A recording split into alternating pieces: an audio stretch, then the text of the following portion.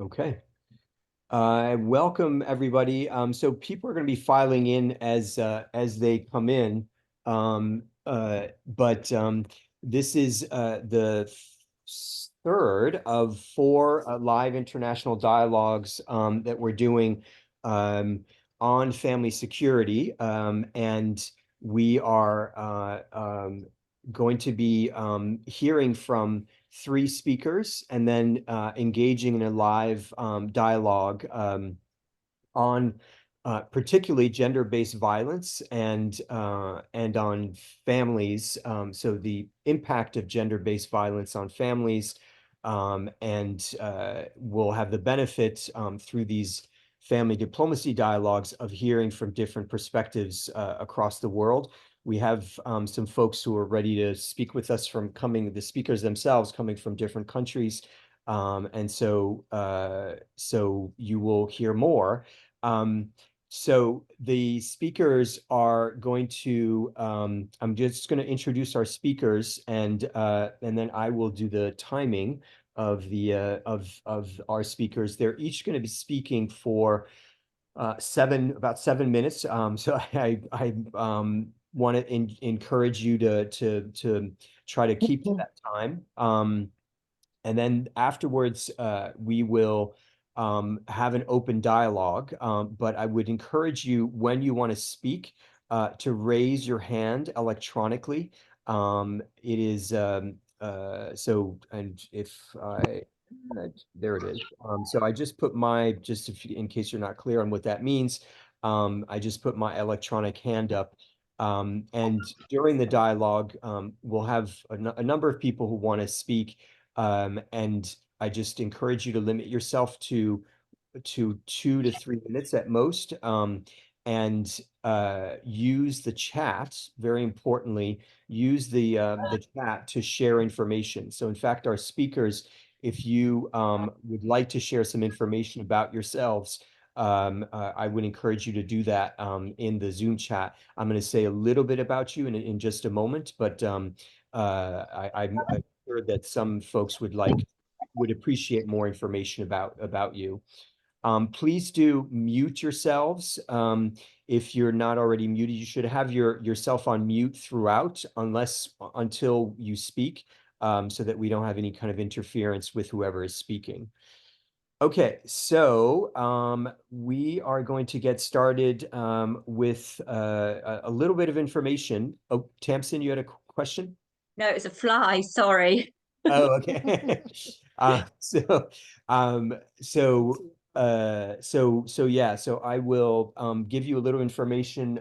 So I have, FYI, I have my partner here to the left who's joining, who can probably introduce herself, but briefly, whenever you decide to speak. You've introduced me already. Yeah, well, I've introduced you to not everybody here, but so my partner is a professor of religion and women's studies at George Washington University in Washington, D.C., and who you don't see right next to me, because I need to get him to scooch over, is my 93-year-old father, who's very patiently decided I've cajoled him into taking part in our conversation. But yeah, he'll join us when he's able to. Okay, so let me tell you a little bit about Tamsin, Audra, and Amir. What do you need? So let me just give you a little bit of information. So Tamsin is a professor of international development studies at the University of Portsmouth, UK, who researches and teaches and consults on issues relating to women's rights, gender-based violence, harmful cultural practices, religion, and gender. She has worked in South Asia, mainly India, East and West Africa. She'll provide an overview of the varieties of gender-based violence in countries across the world. Audra will be speaking second, and she's a senior research manager for international programs at NORC, which I learned in the process of doing some preparation here, that it's no longer called the National Opinion Research Center. It's just NORC at University of Chicago. And she's a specialist in working with conflict-affected and fragile countries, with extensive experience in 20 different conflict and post-conflict countries, governments in Africa, the Middle East, and Asia. Audra will provide some insight into how conflicts have and are impacting gender-based violence in families. Tamsin is going to be providing an overview of the varieties of gender-based violence that are happening in countries across the world. And lastly, Amir, who is an associate professor of international social development and social policy at the University of Calgary in Canada. His research is focused on 3 areas: engaging men in gender justice, the effectiveness of international non-governmental organizations, or INGOs, in the development sector, and also Muslim youth, identity crisis, and global conflicts. Amir is going to be talking about what people can do to combat gender-based violence, or GBV, and how some exemplary men in different countries are doing so. And so that's it. So without further ado, let's get started with Tamsin. Thank you. I have some slides which I'll share now, so just bear with me. Great. Hopefully you can see them okay. Let me try and put them on. And Maham, if you can take lots of screenshots. Yeah, I'm on it. Great. Okay. They tend to freeze a bit, so I might leave them on this format if that's okay. Yeah, it looks good. Okay, so 7 minutes, off I go. Just to flag that recently at the University of Portsmouth, we have just launched a centre called the Centre for the Advancement of Equality, Gender and Inclusion Studies. We will have a website live soon. So if any of you are interested in following up on our projects after this dialogue, please go to our website. So my role today is really to give you a kind of global context in terms of both types of violence, but I also want to drill into the prevalence levels. And I think prevalence is really important for us to get a handle on, because the statistics and the data which we have now, arguably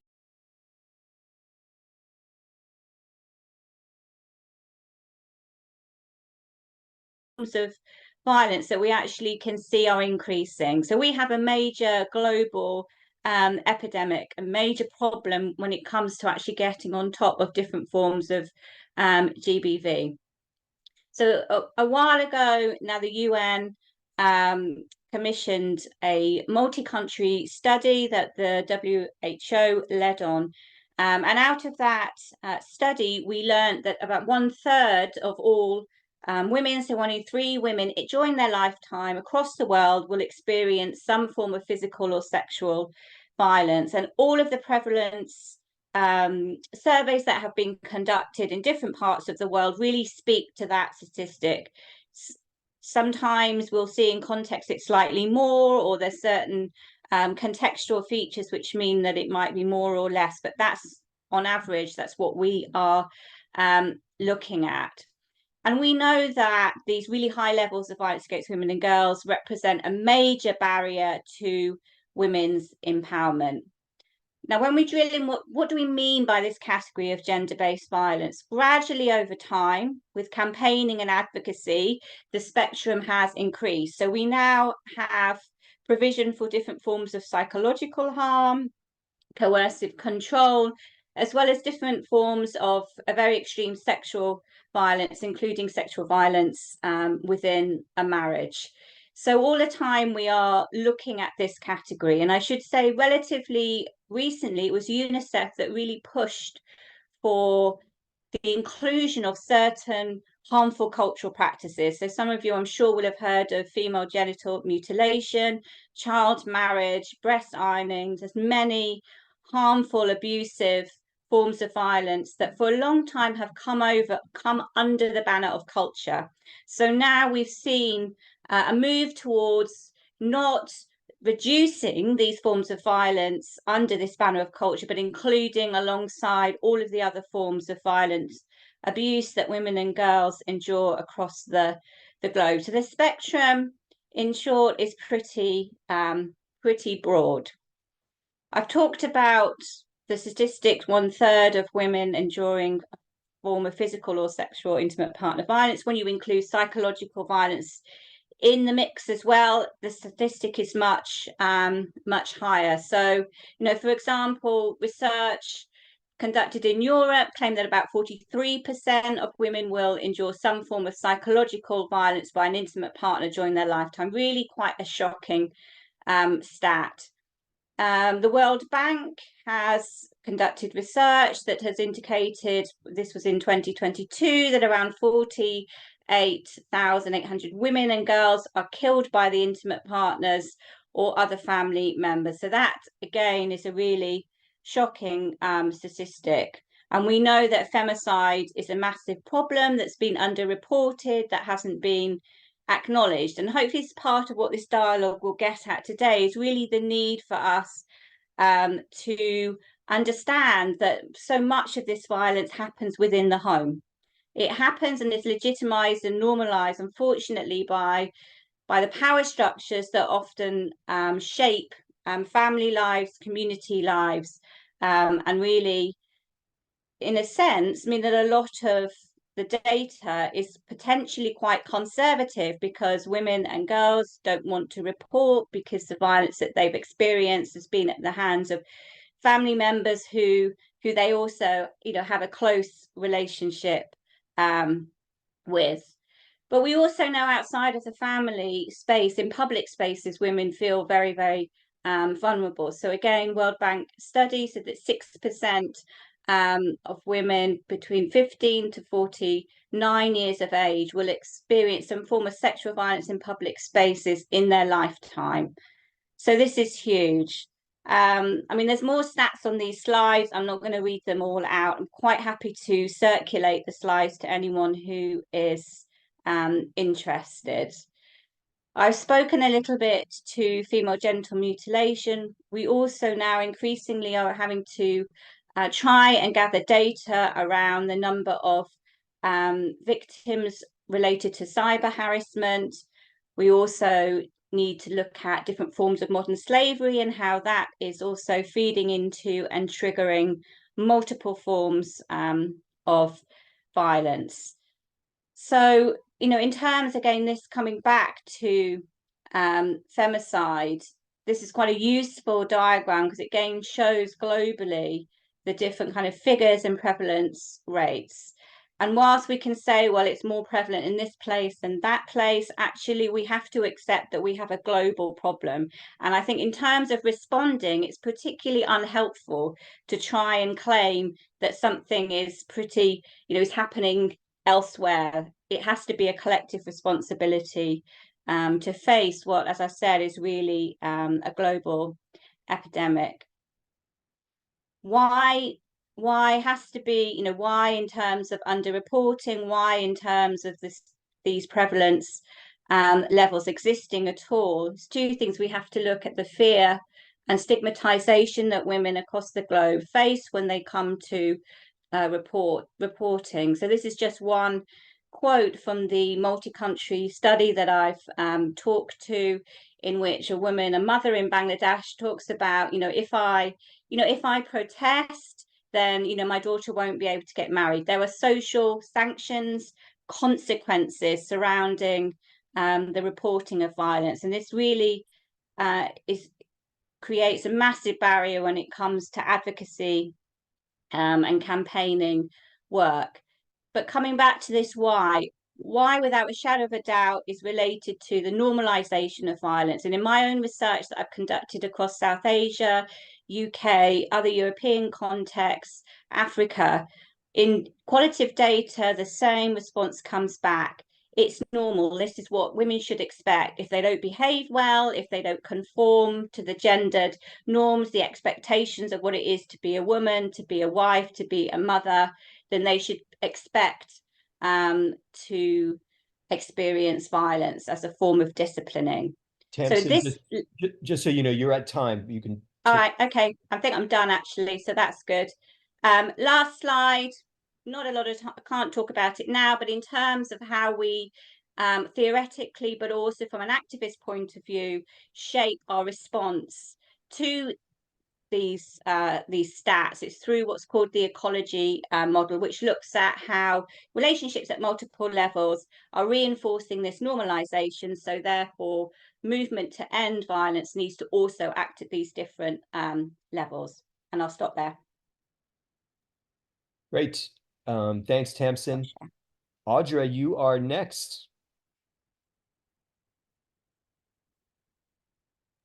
Audra, Thank you. just to remind Yes. you guys, is going to be talking about kind of conflict in particular. So whereas Tamsin's provided broader context on gender-based violence, Audra is going to be kind of honing in on conflict and gender-based violence in families. Okay, thank you. See if I can get my screen here shared. There we go. All right, thank you so much, everyone, for having me this morning to participate in what I think is a very important conversation. And thank you, Tamsin, for that excellent overview of gender-based violence, which I think is one of the most devastating effects of war. At the end of, for example, just to kind of set the context here, I can just go down here.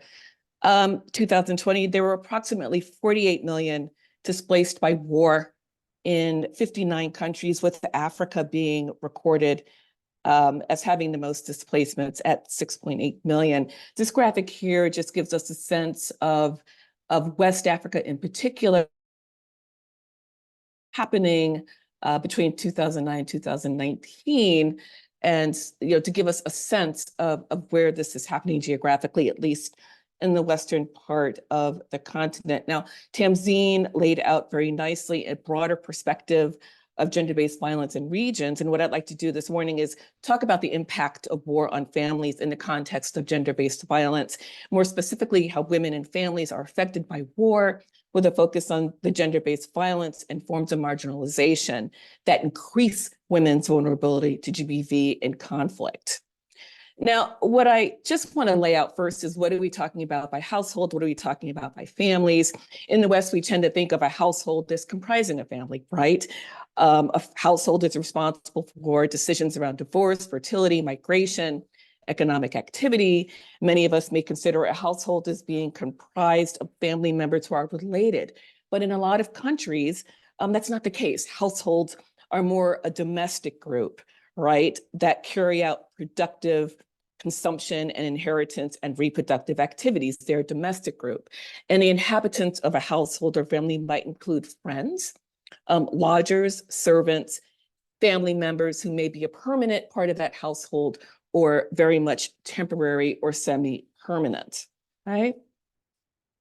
When we talk about conflict, when we talk about violent conflict in particular, we may be referring to a range of activity that can be as wide in scope as civil wars and interstate wars, and decrease along a continuum to acts of terrorism, gang violence, organized crime, and the like. So when I'm referring to conflict in my discussion, in this discussion, I mean mass conflict that affects large numbers of households in a region, the kind of conflict that erodes economic, political, and social institutions and creates a great deal of uncertainty and insecurity for family and women in particular.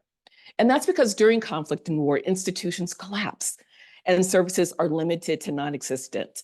War and conflict can alter family structures, causing a shift in family member roles and the balance of influence and power, which is something that Tamsin just alluded to, and it's very relevant here. Conflict disrupts. It disrupts the core functions of family members and interrupts critical income streams and generating activities that is central for survival, with particular impacts on low-income families.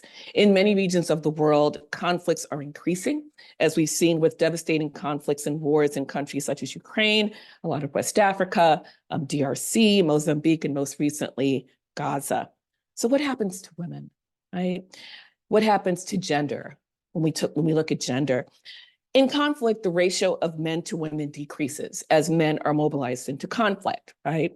Into combat. The effects of conflict and violence dynamics especially exacerbate marginalization of women in households and throughout communities. Conflict and violence change relationships between men and women and husbands and wives. In conflicts or conflict settings, for example, those varied roles that are normally assumed by women shift and may no longer even comply with the accepted conventional social constructions of gender. Women are often assumed to be victims of violence and they often are, but during war and conflict, brutalities tend to be gender-based. Men who are often conflict experience lethal violence, arbitrary detention, and torture, and also gender-based violence, which I hope I'll have a chance to talk about later. But women in particular suffer and face a wholly different kind of vulnerability. They're subject to economic losses, right? And, excuse me, I forgot to flip my slides here.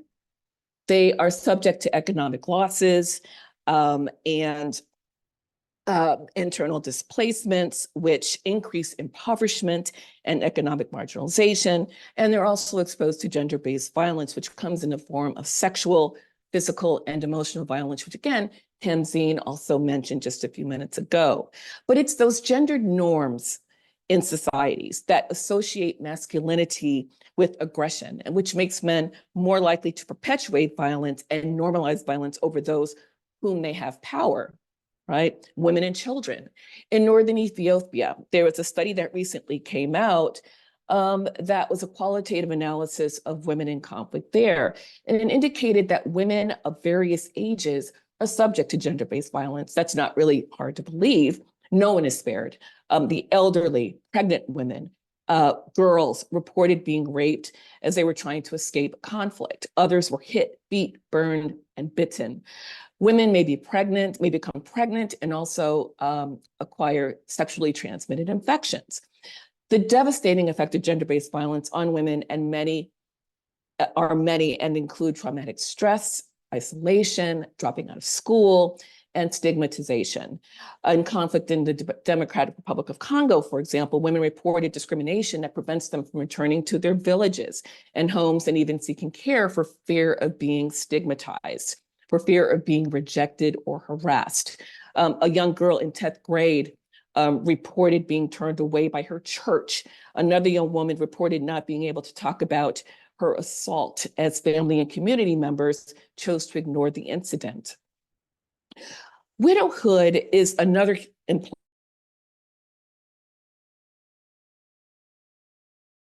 women confront when they are dealing with conflict. Widows' income earning power shrinks as men and boys are not around to work. That labor endowment is gone. There are also norms and taboos around inheriting land, which goes to the men's kin group, which is difficult enough during peacetime. So you can imagine during conflict, when you don't have access to that, how that can also affect the situation facing widows in particular. But women's heads of household are more vulnerable to stress and less able to absorb the shock of conflict due to cultural norms and what we call the feminization of poverty.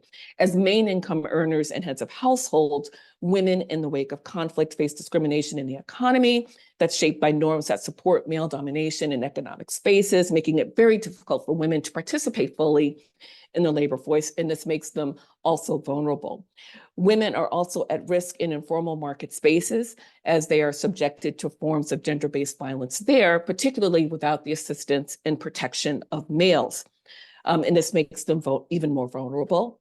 And while they have to take on new work and new production roles, they also may face discrimination even in trying to access to technology that would allow them to do so, or they don't have the capacity to work the technology. So in some settings, what we see are women and widow heads of households being stigmatized because they're symbols of war.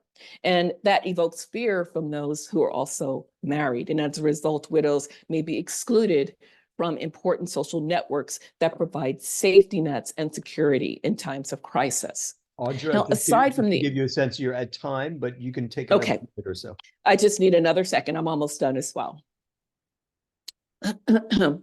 So aside from the impact of violence on women or conflict on women individually and the role of gender-based violence, those social bonds in families and communities more broadly may weaken. GBV survivors may not participate in certain household activities or economic activities like fetching water or working. They may avoid care, they may drop out of school, or even leave communities and families as coping mechanisms, which means that they face all of those challenges all over again if they choose to leave through patterns of migration. All over again, this happens. So others, though, may seek assistance and talk to a trusted person or provider as a coping mechanism. But the point is that all of these impact life opportunities for women and can change a family and an individual permanently.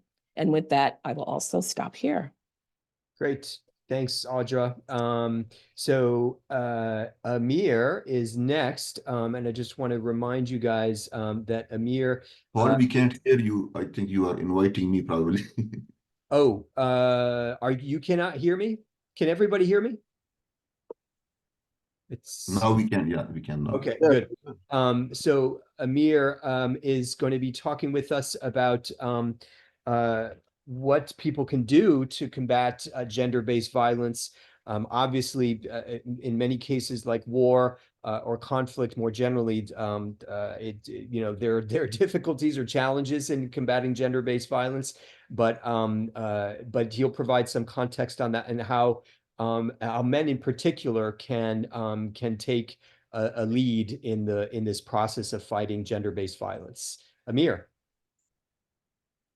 Thank you so much, Learning Life Family Diplomacy Initiative, for organizing this important conversation. I don't have slides, and I also want to thank you for the insightful contribution by Tamsin and Audra. And Audra, I was born and raised in the conflict region of Pakistan, bordering Afghanistan. And while you were talking, I was thinking about all the miseries and violence against women that I have seen, I witnessed throughout my life, and that is one of my inspirations to work in this area. So I would like to begin with this statement that the ideas of peace, justice, and human rights belong to our shared humanity. These are not ideas of ours and yours, Western or Eastern, right? These are the ideas of all faith communities, a phenomena and a gift of our shared humanity. Similarly, domestic violence is a global issue, as Tamsin said earlier, that globally 1 in 3 women face these forms of violence. In my more than 20 years of research practice in various regions, particularly Afghanistan, Pakistan, I found that unless men, who I call the gatekeeper in my research-based book, don't fully understand the significance of this issue and the impact and consequences of domestic violence, change is difficult. And this change needs to come from within the communities. Then it's sustainable, right? Then it's sustainable change and deeper understanding. So a change that the community values and they own it. And unless men realize the consequences of domestic violence, but why we men should care? Because this is men issue. We are finding through research that the drastic negative impact of rigid and toxic masculinity and patriarchy on the well-being of these men. It is a double-edged sword for men, patriarchy. It hurts men the most by taking away the beauty of humanity from men, the sweetness of being a loving, caring father in a family, a husband, a partner, and a son. These are serious consequences of domestic violence for men. Also, most importantly, this is the issue of our children, our next generation. Due to domestic violence, who suffers the most? Not just women, but we men and our children and our communities that they suffer. So studies after studies show that majority of children grown in an environment of domestic violence goes through several emotional and mental health issues. It damages the parts of their brain significantly. Many young people who witness domestic violence develop behavioral, emotional, social, and learning problems. They are always hypervigilant. So many of us know that how this violence devastates our communities for decades in Pakistan, Afghanistan, and South Asia, across the globe. So would we ever be able to bring enduring peace with this kind of unhealthy generation, we men who are the important part of the solution needs to think about that. So that's why any peace process in the communities or healthy families are incomplete without addressing issues of domestic violence. So if we want a lasting and enduring peace for our children and our families, we need to begin at home. So domestic violence is a learned behavior. These learned behaviors need to be challenged and addressed with bold and authentic actions at multiple levels.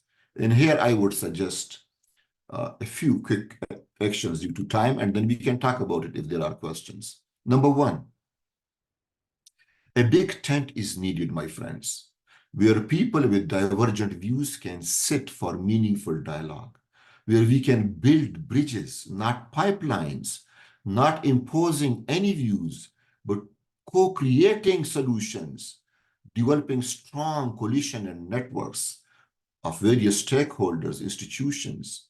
In our research and in our practice, what we do in those communities, I am heavily involved in men engagement and prevention of violence against women across, and now recently across Muslim majority nations.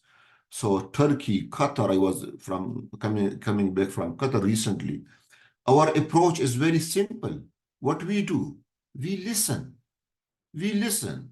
We approach communities with respect like a learner, and then together develop frameworks for both research and practice.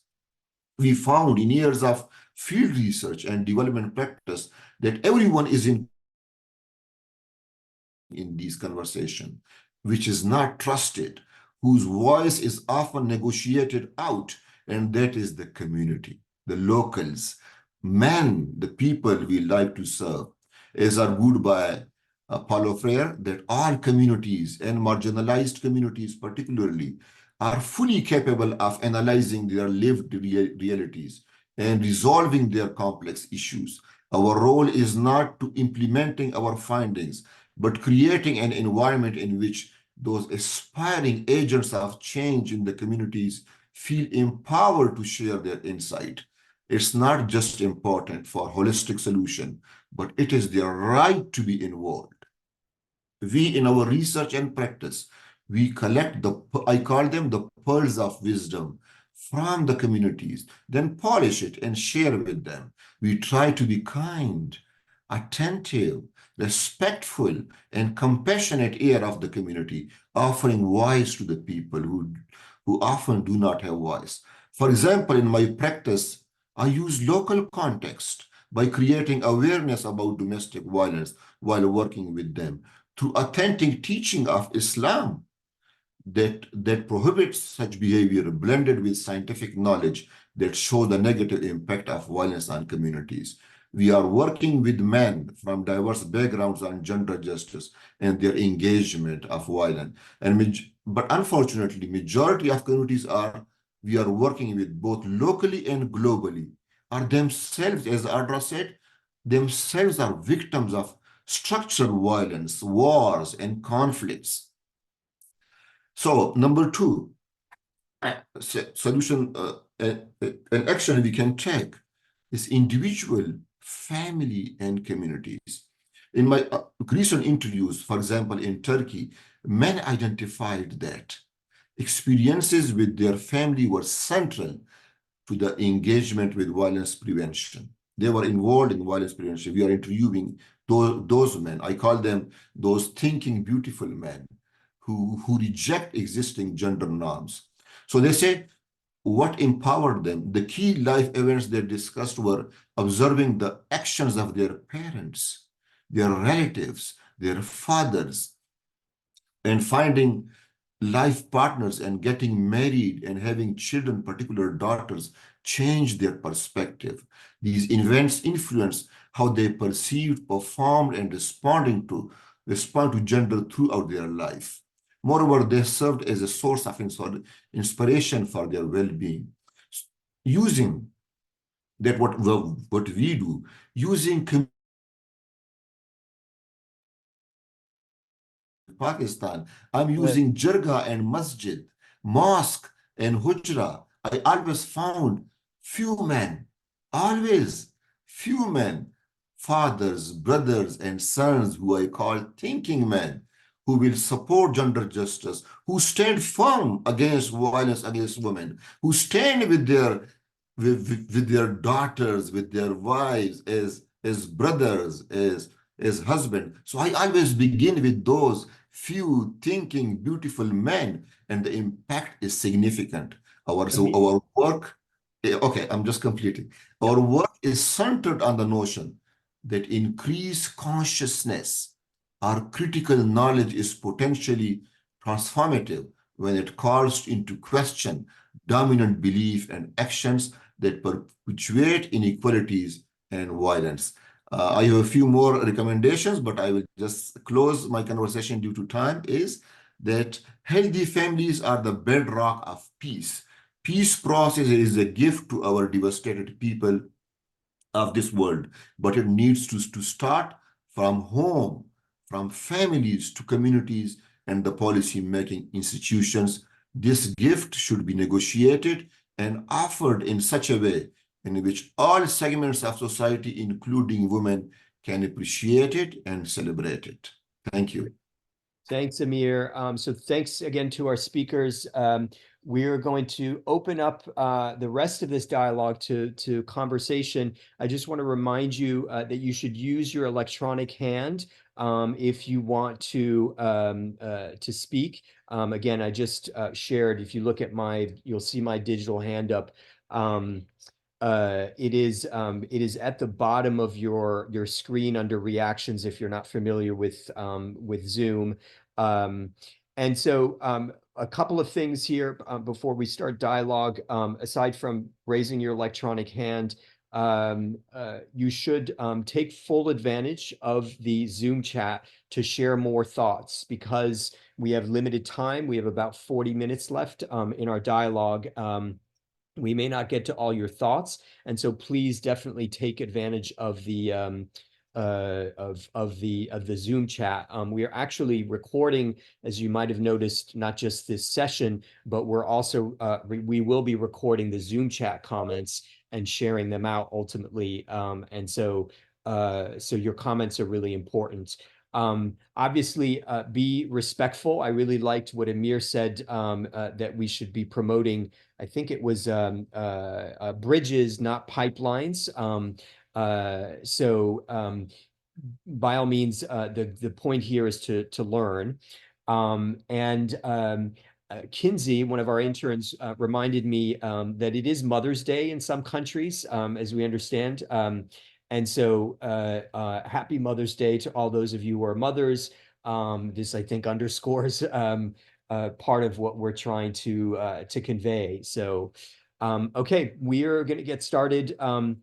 There are a few people here who are planning on speaking. I would just suggest for you guys, you don't have to wait for me to call on you, although I may call on you if I don't hear you speak from your different perspectives. And so we're going to start with Begum, who's joining us from Turkey. Begum, go ahead. Thank you so much. I will only speak for 2 minutes. First of all, thanks for organizing such events, because we have the opportunity to get connected with different people from all corners of the world.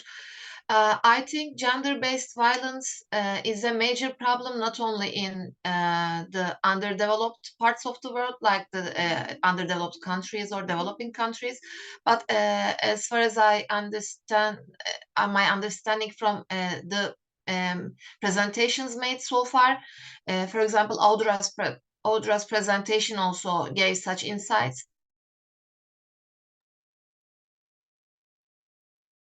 Is a major issue. This, I think, shows that instinctively or due to the human nature, maybe people tend to dominate or tend to give harm when they have the possibility to the weaker ones. This is how I interpret such gender-based violence, because even if the men are very educated, or if they live in a very civilized part of the world, sometimes people can beat or dominate the weaker people than themselves. This can be sometimes a female partner, or this can even be an animal, a pet, or sometimes we hear such sad stories as well, torturing animals, because they only, you know, have the power and authority to do this. So this is a pathological thing, I think. Maybe they have some mental issues. But why this problem is more widespread in some parts? I think there are three main reasons for that. One of them is about the legal structure of the country. If there are not strong laws that play like a deterrent role, then many people will just do it because they think that they will not get punished. So this is a problem. Another problem is related to the cultural aspect. And also a third part, I think, is related to the media. Sometimes we see the normalization of such inhumanly practices. So in short, I don't think that this problem is only seen in some parts. It's a major problem all over the world. But yes, in some poor countries, maybe in also legally weak weak institutionalized countries, like maybe it's I don't know, Afghanistan or other countries, this is a bigger problem. Thank you so much for giving me the space to talk about my opinions. Great. Thanks, Begum. So had heard some perspective from Begum from Turkey. I'd like to turn, I don't know if Data Robert, if you can hear us, but I think Data Robert, if you can remind me what country you're in, but as I remember, speaking of conflict, you're a refugee in a camp in another country in Africa. I don't know if you can hear us. It would be great to hear from you on this topic. Data Roberts? I don't think he can hear us. So, oh, there you are. So do you want to speak to your experience? Yes, we can hear you. Okay, yeah. I need to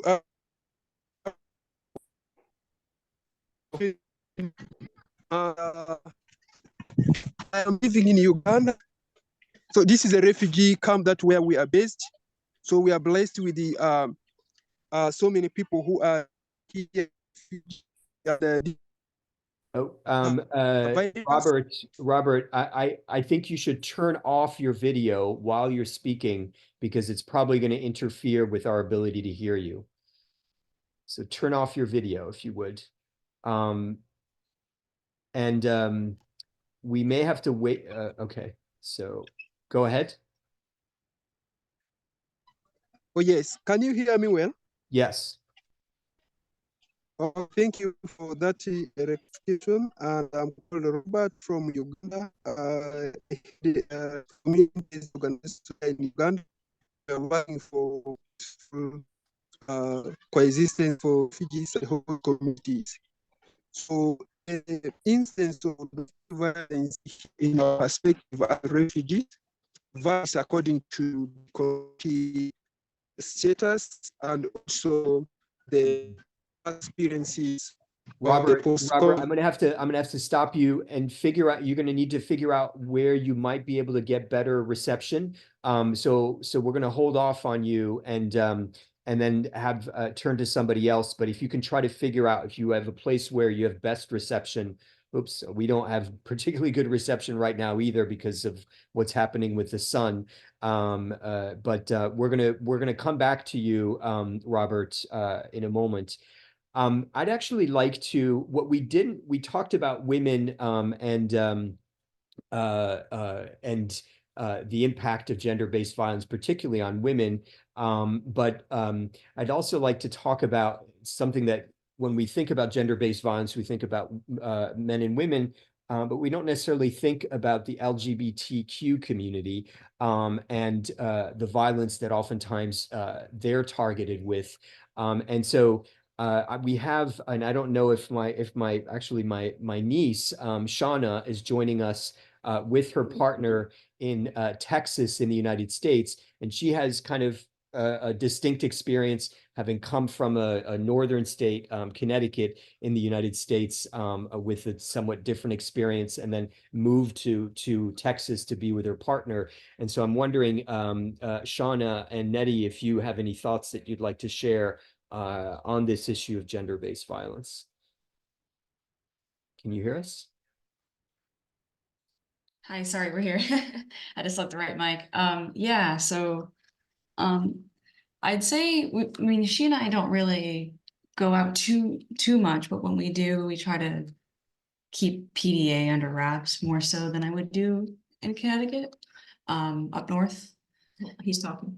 You need to, any acronyms that you guys use, you need to explain.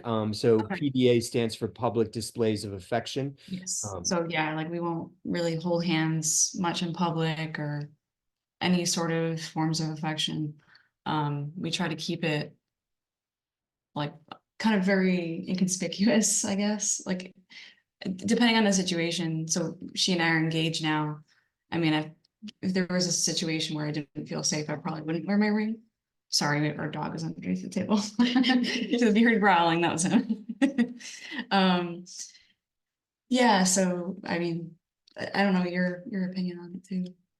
I mean, in Texas, there's certain people that are quick to react to anything. So you just kind of have to be careful in general. But for the most part, we haven't had any like outright negative experiences, at least where we live now. But there's always that possibility. So we just try and be careful. Yeah, we play it safe. Do you guys want to talk a little bit about that experience you had of the church near where you live? You can talk about it if you like. So you're talking that cut out when you were asking, but you're talking about the protest at that church, right? Yes. Yeah, so one time we were driving, and close to where we live, there is a church, and they were like basically saying, you know, ban homosexual marriage, and it was a little aggressive, in my opinion. They were trying to get people. How is it aggressive? With the signs that they had, they were like saying homosexuality is a sin, and saying that like go to hell and stuff like that. And it was I'd lived here for like 2 years at that point, and I hadn't had such a blatant experience like that before. So when it happened, it just kind of took me off guard, especially being so close to where I live. It was kind of scary. So I just kind of, from that point on, I especially was like, okay, yeah, I need to be very careful about because like people here, like they're very open about being against that when they are. So at least from my experience, like I've had people straight up say to me that, you know, they thought it was wrong and evil, but I just kind of don't tell them, and I'm just silent as much as I can be. I mean, it's kind of a little suffocating sometimes, but it only happens very far and few between, because she and I don't really, especially because of COVID, we didn't go out very much down here. So now that we live in a city, though, we live in Dallas, it's not so bad as it was before. At least in my end of things, because I used to work in person. But yeah. Thanks you guys.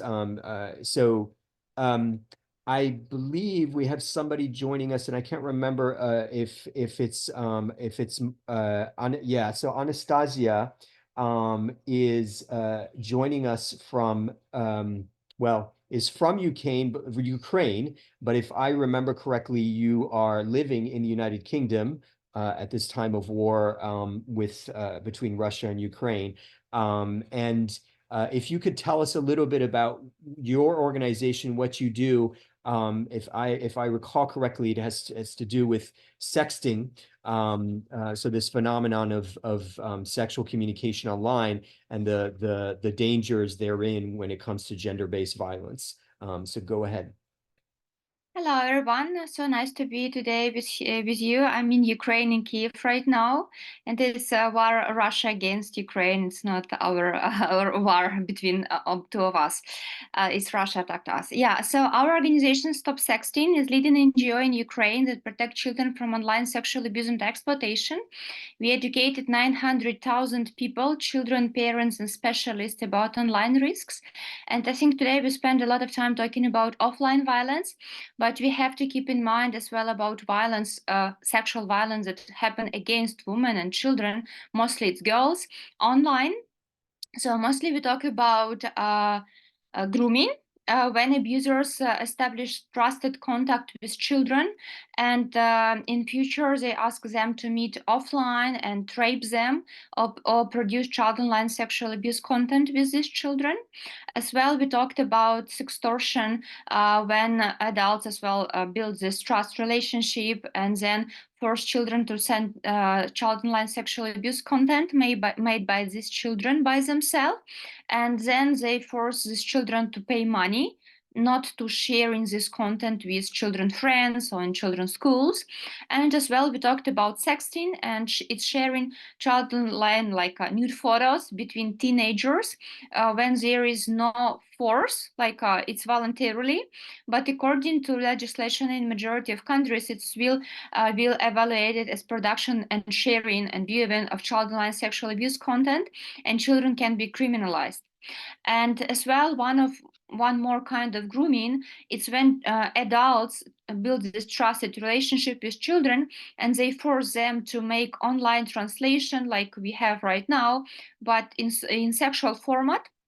And it's really shocking that like a month ago, our partner in UK, Internet Watch Foundation, they presented results of their evaluating content for the last year. And majority of child online sexual abuse content worldwide now produced by children themselves in their bedrooms.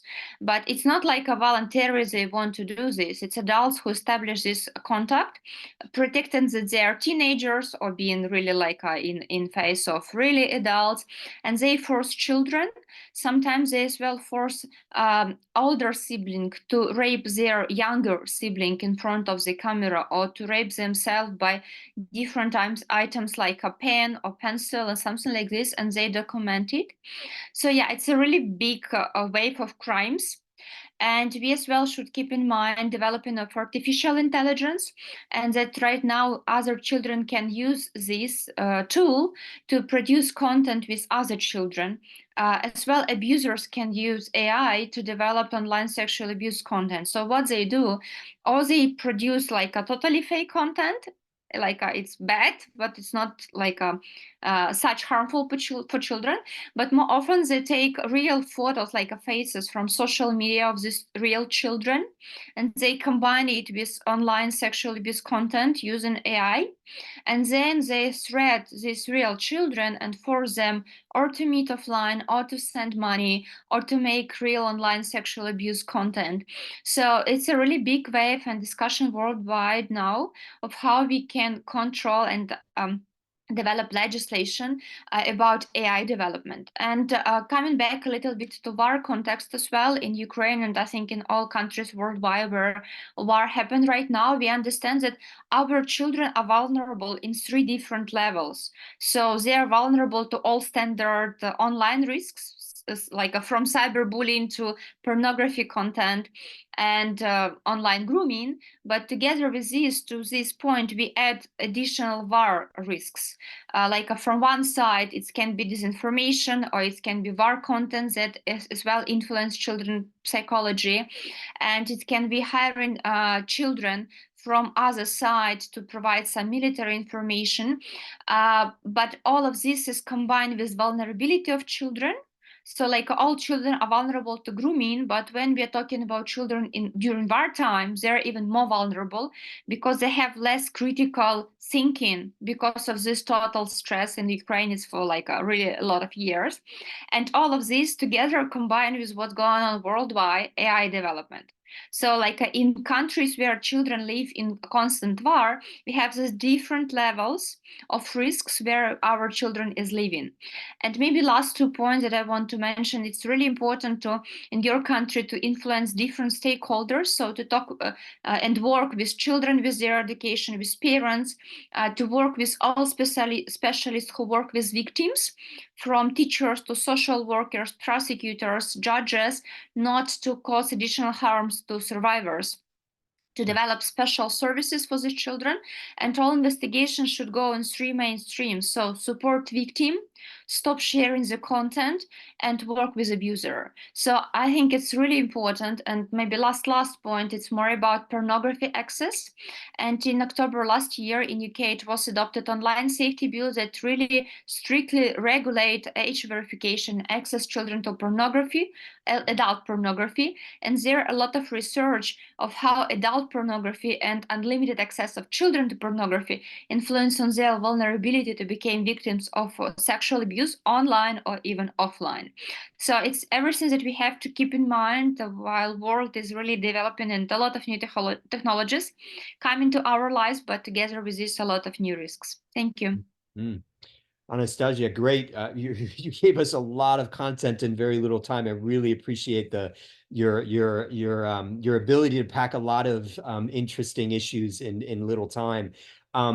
I want to do a couple of things. One is ask 2 of our interns who are joining us, Jenna and Ian, because I'm not able to catch up with everything that's being said in the Zoom chat, as I'm kind of trying to keep track with what people are actually saying or speaking. If you could just read through the Zoom chat, and then I'll just ask you to chime in and share what you think is significant. When you get a chance, just raise your hand electronically and say some of the things that have been shared in the chat, because not everybody, I think, has access to the Zoom chat or maybe reading it. So it'd be good to kind of bring in some of that conversation. So whenever you're ready and you're reading, Ian and Jenna, please do so. The other thing I wanted to do, and I actually want to return to our speakers to get some thoughts from them based upon what's been said thus far. But before we do that, I'd like to take a photo of everybody. So we do this every time we have these dialogues to make sure that we are representing everybody who's here, and then we're going to be sharing this out. So if you could have your cameras on for a moment. So Gabriela, Marina, Sunny, mom, my own mother, Lisa, Francisca, and others, if you could turn on your cameras, Shauna and Nettie as well, if you would, for a moment. I'm going to take 2 photos on 3. 1, if you could all smile on 3. 1, 2, 3, smile. We should probably take like a photo. I'm going to take another one of all of us looking very serious, considering how serious the topic is, but I think it's better for us to be smiling. Yeah, so on 3, 1, 2, 3, smile. Fantastic. Thank you. Please do raise your hands. Marlene, it was good to see that you're on. I actually don't know you, and wondering if you, Marlene Velarde, if you have. I'm trying to figure out from your name where you may be coming from. I think what we're missing is some perspective from Latin America. I unfortunately was not able to get somebody from Latin America here. But if anybody from Latin America can speak to their experiences there, I'd much appreciate it. And if you can raise your hand electronically. So Tamsin, Audra, and Amir, your thoughts on what's been said so far? Any thoughts? I'm happy to jump in first. I put a few of my thoughts in the chat box. I think we've sort of come to a kind of agreement that violence against women and girls is a global problem. And I think in terms of understanding the why, we need to focus a lot more on challenging what I might call the harmful social and gendered norms that really operate to almost discipline anyone who who doesn't conform, and it's that not conforming to very conservative, very restrictive ideas of how essentially men and women should behave, that for me really is the kind of key trigger point. And a lot now in terms of the advocacy activism world is focused around behavioral change programs, focus in acknowledgement that we need to break these cycles so that there is a generational component. There is generational trauma that just gets played out and played out. Almost, you know, the repetition of forms of violence that you might have witnessed or experienced yourself as a child, normalized through behavior taken through into adult life. So I think we're getting to a really hopeful point where we're beginning to understand how and why, but there's still questions why there is not bigger global commitment. And I could throw a lot of feminist theory around why I think that is. But you know, that's still the key problem, is that we now know, we have prevalence data, we even understand what works, but there's still a lack of funding commitment, a lack of consistent political will. Okay. Those are my thoughts. Thanks, Tamsin. Amir. Yeah, thank you. Yeah, this was some very insightful conversation in the chair. So thank you all for sharing. Just one thought is that, as we know, we already discussed a bit of it, is domestic violence or violence against women and girls is not something isolated, right? It's basically, there are, and as we discussed, we can talk a lot about it, the patriarchy that is developed, right? The perception of patriarchy and men and roles and all that, and the structural violence that plays its role, systemic violence that plays its role, wars and conflicts, and I already talked about it earlier, and I experienced it throughout my life, right? So it has an impact on men. So that violence, we are developing, what kind of men we are developing through all these conflicts and wars. So a particular type of, in some ways, a violent kind of patriarchy, masculinity has been developed, which is socially constructed. And that masculinity then has an impact on domestic violence, right? So societies, when they are in peace, they can grow in their own ways. And I remember when I was little, when we were in peace in Pakistan and Afghanistan border, I remember societies was developing in very socio-economic and cultural aspects. They were thinking, they were developing in their own ways. But suddenly you get caught into those proxy wars and conflicts in which expectations for men is to take gun and defend. So when they take gun and defend, it is violence. So we are telling them to be violent. So we are creating those kind of masculinities which are violent, right? So that it has impact on violence at home.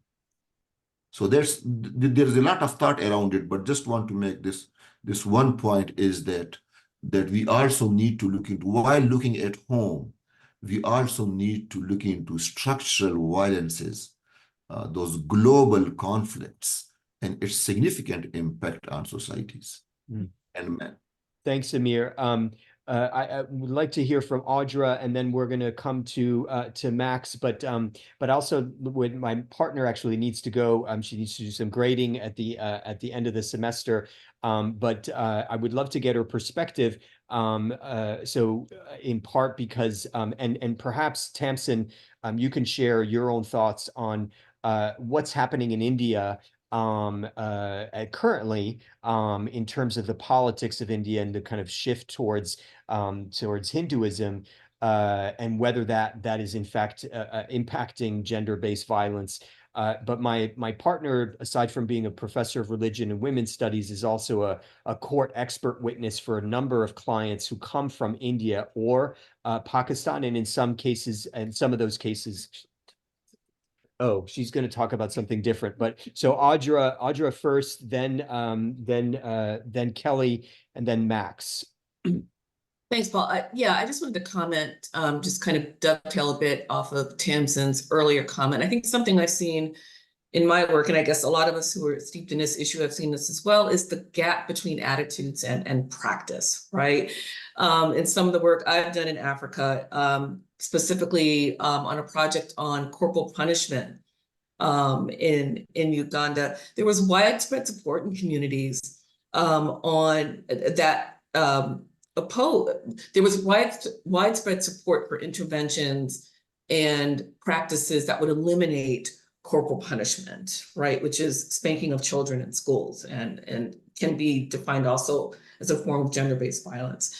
But when it came to actual practice, when it came to actually doing it, it just was not, it did not translate into action, right? And so I think just, we get excited about studies where we see, supportive, attitudes that are supportive of anti-GBV and practices that eliminate and prevent GBV or decrease GBV.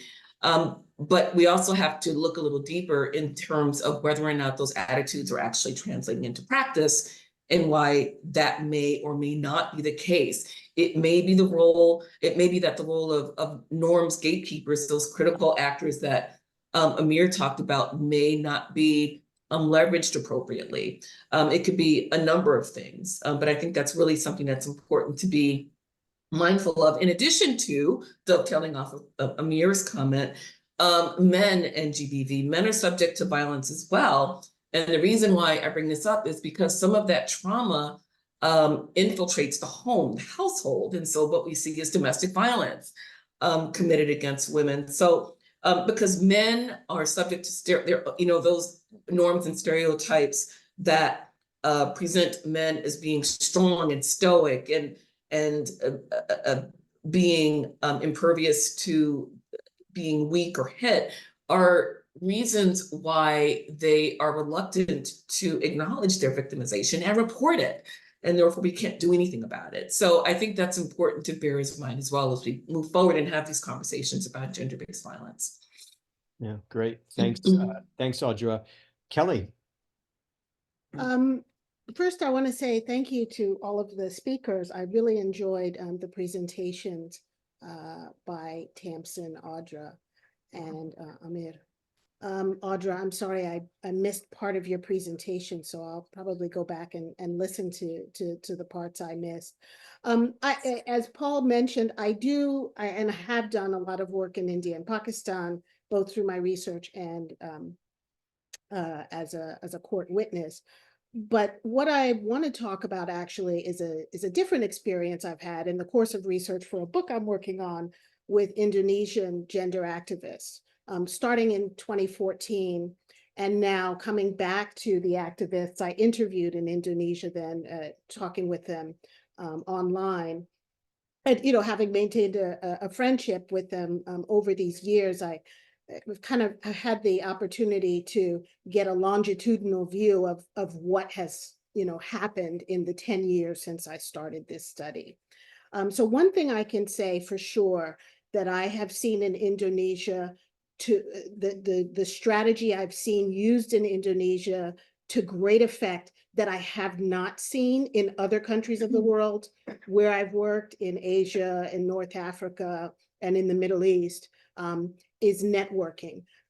Amir's comment about community stakeholders really struck me when he was talking about that, because certainly one thing that you find often with international aid organizations is the tendency is to just sort of come in and tell people what to do. There's no real sustained engagement in the community. There's no real sustained attempt to learn the language, to learn, to build relationships over the years, over a period of years within communities, so that even where there are successes, right, they can be sustained in the long term. Because one thing that I think I've learned from Indonesian activists is where even when you have success, it does not mean that the battle is over. These are multifaceted, multi-pronged problems. There are multiple stakeholders that have to be engaged over a long period of time, and you can never have one solution that's going to solve the problem of gender-based violence. So one thing that I found that Indonesian activists do very, very well is they spend a lot of time working within the communities. And let me just explain one example that I have from a group called AMAN. It's Asian Muslim Action Network, and it actually is a group that was founded in Thailand, but now works in various countries in Southeast Asia. I'm going to preface my comment briefly by saying that even within a country, you can be perceived as an outsider. Indonesian activists can be perceived as outsiders when they go into other communities, you know, that they're not part of. So they also have to overcome those hurdles. And so what AMAN does, among others, is they will spend the first year, they'll have like, let's say, a 5-year plan. They spend the first year or two just inserting themselves in communities, becoming part of communities, not talking at all about the issue of gender-based violence, but getting to know people, building relationships, and getting people, you know, getting to understand what it is people really want and need, and getting to know about the relationships among different people in the community. The second year, they may do things like stage workshops, but they may be, for example, one example that was given to me is they may have a workshop on motorcycle repair, right? But to attend this workshop and learn these skills, right, they may be actually targeting women with the idea of helping women to earn extra income, especially when they're financially vulnerable for whatever reason, right? Because financial abuse is another form of GBV that wasn't brought up here, but that does occur. And the UN sort of acknowledges this also, financial abuse as a form of gender-based violence. So the second year, they may hold workshops on motorcycle repair, but to attend the workshop, you have to bring your whole family, right? So as a woman, you have to bring your husband, you have to bring your son, you have to bring your daughter, so that it becomes a community-wide event. And they may spend a whole nother year just holding these kinds of workshops. And it may not be until the 3rd or 4th year that they actually get into the issue of gender-based violence. By then, they've built a reputation in the community. People trust them. They know the local police chief. They know the local religious leaders, right? And so I think that sort of multi-pronged approach and that multi-year approach is something that I've often found missing in other contexts where, you know, whether it's NGOs or whether it's government agencies, quite often people are going for just the win, to say that they accomplished this, they got this legislation passed, or they got this initiative through. But then you revisit these communities 5 years, 10 years later, and the same problems have come up again that were there in the beginning. Wow. Really interesting perspective on this stuff. So Tamsin, I don't know, before we turn to Maxwell and then Fatima and then Marlene, I don't know if you want to respond, given your own experience, having worked in India or elsewhere about this. Michael, you broke up a little bit, but I think I got the gist. Thank you, Kelly. Really, I mean, I agree with everything that you've just spoken to, and I think there's so many different layers of issues and problems. I've contributed in the chat. I think in the context of India, it's the ideology of Hindutva, which is highly gendered, that's really become problematic in the way that it's translated into people's everyday lives.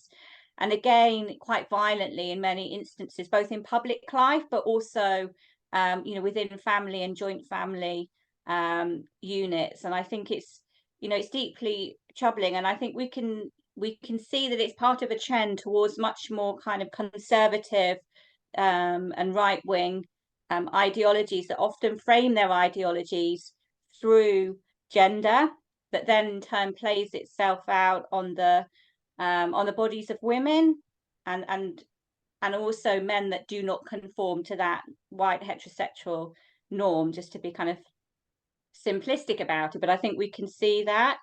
But also, I think for me, in terms of this question, to touch on Audra's comments around, you know, why are we not seeing this political will? And I think, you know, you spoke to the problem of the architecture of aid.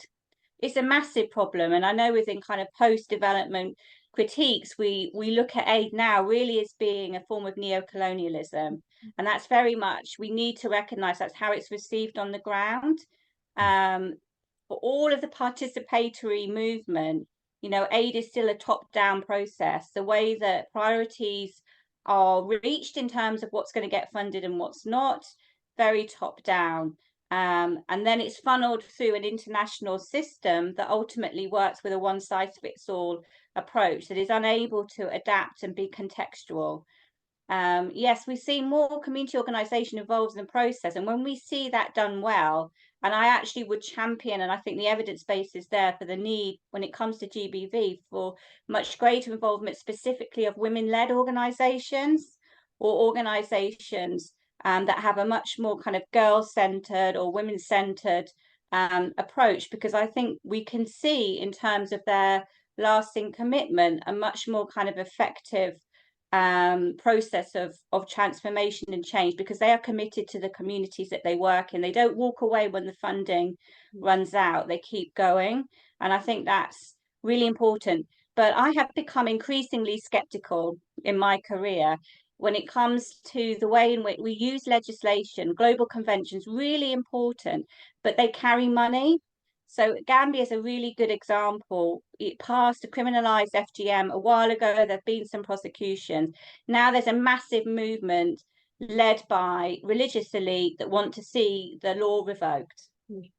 So we have to ask questions. Well, how did the law get put in place to start with? The government of Gambia was under huge pressure to pass it at a point where there was a lot of donor money available to help implement the law or to implement more broadly other kind of development strategies.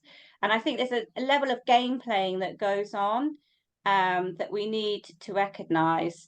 And I think looking at the ecology model, state-sponsored violence is a reality. I see it in my work in South Sudan. On the one hand, the government signed new gender strategy, looks really, really lovely. On the other hand, we know that, you know, combatant rape is something that's normalized and almost encouraged at the highest levels. These things don't, you know, there's something very fundamentally corrupt in the system, and helps us understand why we're not really making headway. Wow. So want to get, because we only have a few minutes left, to the remaining the people who have not spoken as yet. So if you can, by all means, raise your hands. Maxwell, if you could tell us what city and country you're coming from, and then just tell us your thoughts. And then Fatima and Marlene. Oh, I don't know if you guys can hear me. My connection is not great, but yes. Hello. Yep, go ahead. Hello. Yeah, okay. So my name is Maxwell from Malawi, Africa. Yeah, so in Malawi, we have a lot of challenges because of our economy right now. So most of young people, especially as a girls, their faces a lot of challenges because of they are not received enough resources. For example, most of young girls, they are school dropouts, and because of financial, and we also, most of young people in Malawi, they are jobless. So if you want to find a job, we need to maybe some HR, some offices, they're demanding, okay, when you need to when you need a job, first I need to sex with you, because so most of girls, they don't have any choice because of they really need that job. And also most of young girls are under 18 years. So because of the lack of school fees, so most of people just coming, I want to marry you. So if I marry you, I give these things, food, like that. So in Malawi, we also a big challenge on gender-based violence. Yeah, thank you. Wow. Thanks for that, Maxwell. I think it underscores that kind of economic deprivation can lead to sexual exploitation, and, you know, reinforces and aggravates the violence, the gender-based violence. Fatima is joining us, and I just want to give you a little bit of background. Fatima is actually one of our family diplomats from Pakistan. She was a lawyer and then devoted her life, and she has been devoting her life to working with women on the ground in rural areas of Pakistan to help them. And so she's got I think, a rich perspective. Fatima? Hi, everyone. Thank you, Paul, for giving me this opportunity to speak about domestic violence and gender-based violence. If we talk about gender-based violence in Pakistan, the victims are mostly women, and they are not only physically abused, but sexually, financially, emotionally, and mentally as well. And there are different reasons, but the main reason is cultural aspect. Like, the society is so dominating that they compel people to live such life. And the second most major reason is that women are not empowered with skills and education, so they bear such abuse for shelter, for societal pressure, and for no family support. This is also the major reason that the family doesn't support the girl to come back. And the sad part is that it is so normalized in our society that the word it's okay has ruined everyone's life. Like, whatever happens, the family says it's okay, you have to go for it, you have to bear such thing. And this it's okay has ruined many lives of girls. Like, if somebody is sexually abused, there is no courage, to talk about it, because there is no justice in our society mostly. And if it is mentally, physically, or emotionally, or financially abused, like, they are always compelled to stay quiet. And the sad part is that people accept their dead daughters instead of divorced daughters in our society. And it's very painful, but the truth of our society that not only it ruins a woman's life, but the whole family gets affected with it, what I think. Like, if this woman has children, so the boy sees this domestic violence, this abuse, and he learns it. Children always learn, and they learn it and they take it as a normal thing, which happens in everybody's home. And they also raise a fearful daughters, which is the sad part. And the girls learn that everything we have to also bear, and it's a normal thing. And everybody, they even doesn't know about their rights, many of them, and they doesn't know how healthy and how beautiful the life can be. So it creates an unbreakable chain of compromises which doesn't end, which never ends. So in this scenario, what I think that family support is so important. If we educate the fathers and mothers who educate their daughter, who empowered their daughters, so and we give frequent trainings and awareness session to everyone, so this maybe can help this gender-based violence for women in our society. So this is the sad reality that even the financially stable women also bear so many things which are not reported. But I know so many families, so many women, that they bear so much abuse in our society because of the societal pressure, the family pressures, and these kind of things. So this is really a sad part of this society. And like, getting separate from husband should be normalized. If somebody is not making you happy, if the family is really ruining your physical and mental and emotional health, so getting separate should be normalized. So this is what I really want to say. Thanks, Fatima. We've got just a couple minutes, and I'd love to get hear from Marlene and then Emily, and then we'll have to close finish things off. Robert, thank you. Robert, I don't know if you can speak, but it may be best if you can share something in the Zoom chat, because we're running out of time. But Marlene, go first, and then Emily. And if you, Marlene, just tell us what city and country you're joining us from. I live in Maryland, but I'm originally from El Salvador. So I'm going to speak a little bit about what I've witnessed in my country. So I think one of the biggest issues is poverty and education. So a lot of women get married into marriage out of poverty. So that's one of the biggest issue. I personally witnessed this very young woman who was 40 years old, and she married someone who was double her age. Then she brought her younger daughters to live with her, which were like 16 and 12. And she had beautiful, beautiful daughters.